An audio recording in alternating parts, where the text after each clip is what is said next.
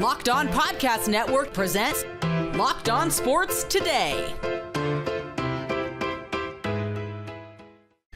Derek Carr didn't work with the Raiders, so why exactly will he work with the Saints? Also, what does the Red Sox-Yankees rivalry mean in such a mixed-up baseball season? And Nikola Jokic cannot do this all by himself. I'm Peter Bukowski, starting your day with the can't-miss stories and biggest debates in sports. You're Locked On Sports Today. Searching all major sports. Found. Let's start with the biggest story. Last year, the New Orleans Saints went 7-10 in the NFC South. Not the strongest division last year or this year, frankly. So going out and signing Derek Carr for pretty big money felt like a move to try and go win the division, a division they feel like they can win right now. That is the Saints' MO. They always feel like they can win the division right now. Ross Jackson from Locked On Saints joins me now. And Ross, we have some early glimpses now at what a New Orleans Saints team led by Derek Carr looks like. Can you give us some insight on the early Derek Carr returns? Yeah, I mean, as of right now, well, first of all, as of right now, it looks like a bunch of guys running around in their shorts and short sleeve shirts and sure. Underwear. But other than that, they have helmets on. Come on now, helmets. Yeah, they do have helmets on, and they have those weird mushroom caps on now too, because that's player safety important. Solution. Yes. It depends on how it depends on. Well, anyway, it does depend on who you ask. Yes, you're right. Yes. Yeah. When it comes down to it with Derek Carr, the New Orleans Saints offense looks like the New Orleans Saints offense. And that was the goal with Derek Carr. Look, Derek Carr is not a guy that you bring in and say, okay, we're going to completely revolutionize the way that this team plays offense around Derek Carr. Derek Carr is the type of guy that you bring in and say, okay, here's the system, now run it. And that was what Andy Dalton was unable to do last year. That's what Jameis Winston has been unable to do over the course of the past 2 years, some of which because of his inability to recognize where pressure is coming from, decision-making issues, and of course, injuries and health and all that. But, when it comes to Derek Carr, the thing that's great is that you see the communication. You have the pre-snap checks and the pre-snap protection calls back into the hands of the quarterback. You're seeing the communication between the quarterback and the wide receivers play in and play out while we were present out there during OTAs. So what you're starting to see now is a New Orleans Saints offense that looks more like a New Orleans Saints offense than it has in the past, that still wants to attack horizontally, but will take its shots vertically when they come about, as opposed to that being a big part of their game plan, looking for explosive plays in order to move the ball. So depending on what kind of metrics you like and what kind of metrics you look at, Andy Dalton had better numbers last year than Derek Carr. So you mentioned some of the issues that Andy Dalton had. The numbers do not always capture those issues. But if you look at something like EPA per play, Derek Carr was better on a per play basis. What does Derek Carr bring aside from some of those maybe non-quantifiable characteristics that Andy Dalton didn't to this offense? Yeah, I think, well, one part of it is entirely outside of Andy Dalton's control. It's that Andy Dalton was running an offense that was built for Jameis Winston under quarterback, and you could not have two more differently styled players at the position than Jameis Winston and Andy Dalton, outside of maybe if you had a more mobile quarterback like a Jalen Hurts or a Josh Allen and an Andy Dalton. But the differences between Andy Dalton and Jameis Winston are notable. They're obvious, all of those things. So when you spent the entire offseason building an offense around one of those vehicle, one of those drivers, and then all of a sudden you swap it out and he's got to adjust this mirror, adjust that mirror. He's got to move the seat back. The steering wheel's not where it needs to be. All of those kinds of adjustments need to happen. And those don't just happen 1 week, 2 weeks, 4 weeks, 10 weeks. That takes time to build out that offense.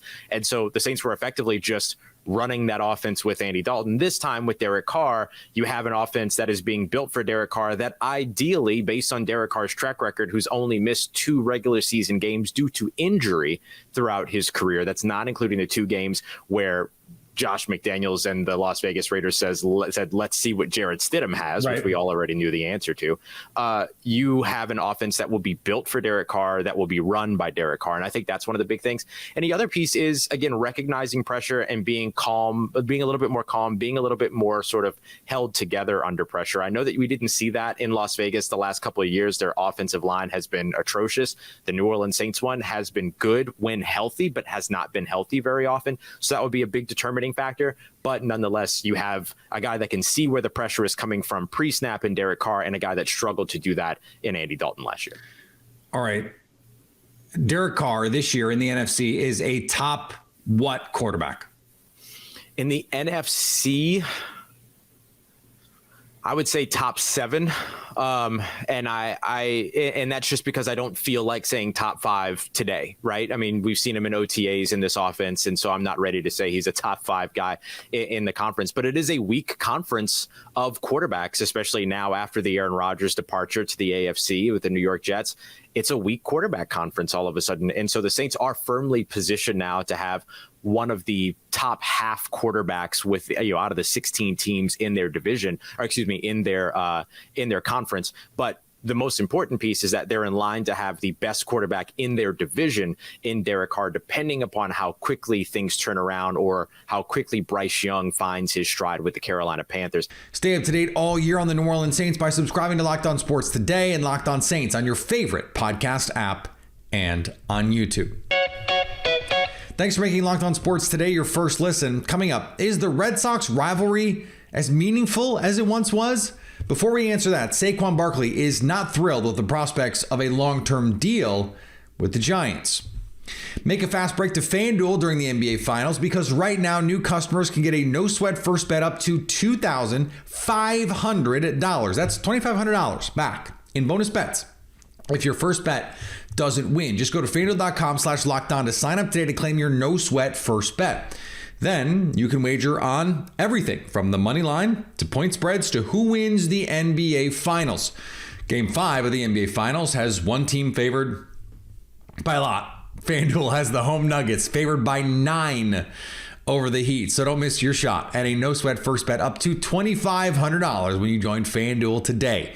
Just go to FanDuel.com/lockedon to sign up. Make every moment more with FanDuel, an official sports betting partner of the NBA. Giants running back Saquon Barkley was recently asked if he was optimistic about the possibility of a long-term deal with New York. After a long pause, Barkley said, I don't know. Not exactly a ringing endorsement there. The Giants used the franchise tag on Barkley earlier this year. He did not sign it yet, which keeps him from the facility this spring. New York has a mandatory minicamp on Tuesday and Wednesday, which Barkley can't and won't attend. He reassured that there is still plenty of time left to get a deal done and that he is open to one. Barkley turned down an offer from the Giants earlier in the year that could have been worth up to $14 million a season, according to reports. Phoenix Mercury coach Vanessa Nygaard said before Sunday's 85-82 victory at Indiana that the organization will be making adjustments that maybe should have been made before regarding the safety of the team during WNBA travel. A Blaze Media YouTube personality confronted the team at Dallas-Fort Worth International Airport on Saturday morning. The provocateur, as the NBA is referring to him, shouted invasive and obscene questions at Phoenix center Britney Griner while filming her and her teammates.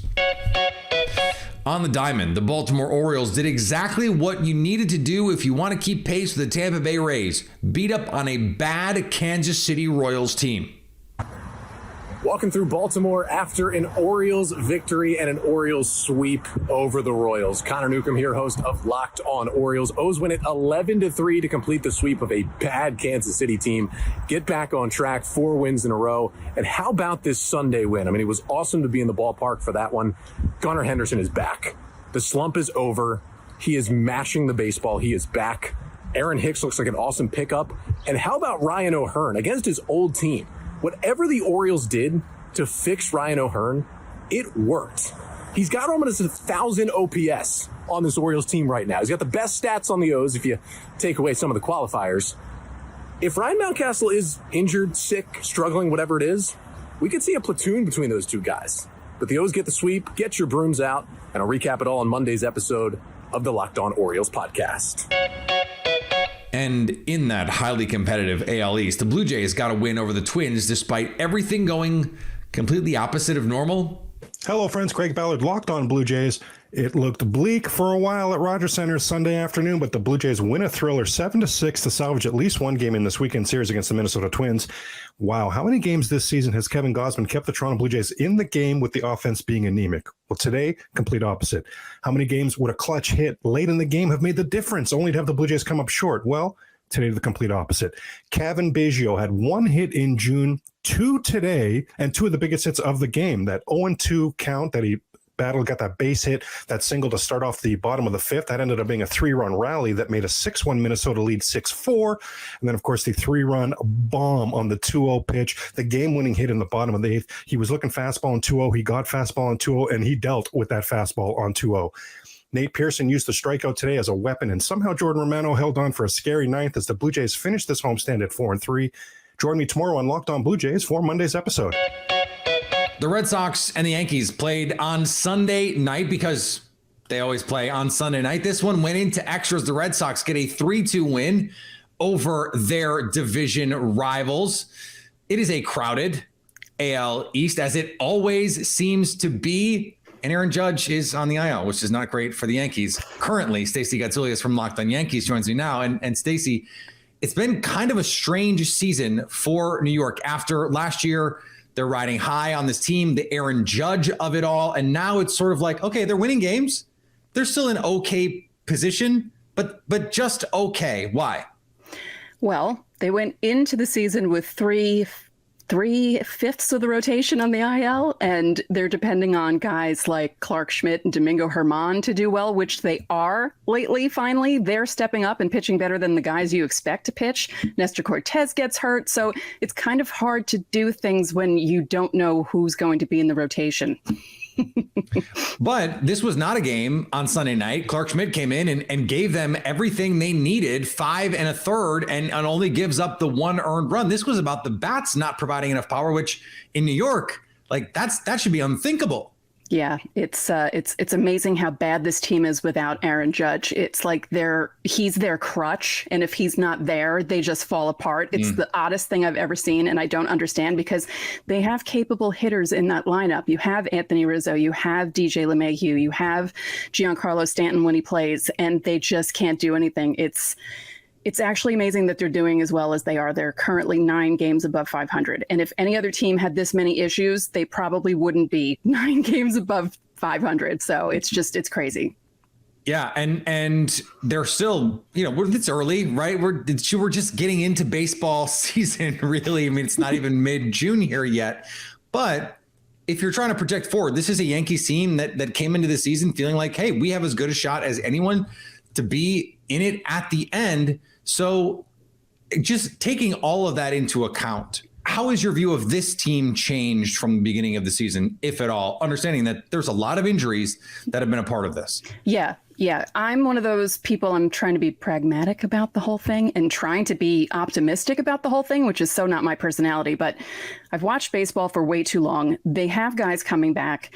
They've never had a full team out there this entire time. And I feel like even if they get to maybe 80% of a full team, they'll be a lot better. And as you said, it's June 12th. We're still kind of, everyone talks about it's getting late early, but not really. If you've watched baseball long enough, you know that teams can start to go on tears in the beginning of August and pull something off. So I'm not worried about this team. Just hopefully, it feels like every time someone comes back from the IL, 2 more guys go on the IL. And that's kind of a pattern they really need to stop because it's not going to help them at all. And it doesn't help that the AL East is an absolute horror show, because right now, if you look at in terms of just offense in the American League, the top 7 teams, all the teams ahead of the New York Yankees, 4 of them are in their division, the Rangers and the Angels, the only teams not in their division ahead of them in the American League. That makes this all the more difficult because they're going to have to deal with teams like, including and especially the Rays, who right now are, I think, the best team in baseball. Yeah, since the beginning of the season, they've been the best team in baseball. And the surprising Orioles, and then you have the Blue Jays nipping at their heels, and you can never count out the Red Sox. The AL East, as you said, it's actually a nightmare being an AL East fan. I'll tell you that right now because it's crazy. But for other baseball fans, you're gonna have a lot of fun watching this division fight for position in the playoffs. It's going to be interesting to see what happens at the end of the season. Yeah, that sound you hear, Stacey, is every other baseball fan playing the world's smallest violin for the Yankees not being a dominant favorite in the AL East. Stay up to date all year on the New York Yankees by subscribing to Locked On Sports today and Locked On Yankees on your favorite podcast app and on YouTube. Coming up, the Nuggets aren't going to win the NBA title simply because of Nikola Jokic. We will explain next. He's a two-time MVP and had an argument for a third straight award. He can do whatever he wants on the basketball floor, and no one can stop him. Nikola Jokic, for all his talent, has not gotten Denver to the point of winning a championship all on his own, as our Locked On Nuggets host Matt Moore and Adam Mars point out. You know what I was thinking about last night? I was thinking about a game in January.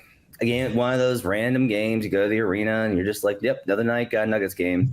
They faced the Oklahoma City Thunder. Nikola Jokic sat out that game. And the Nuggets got beat.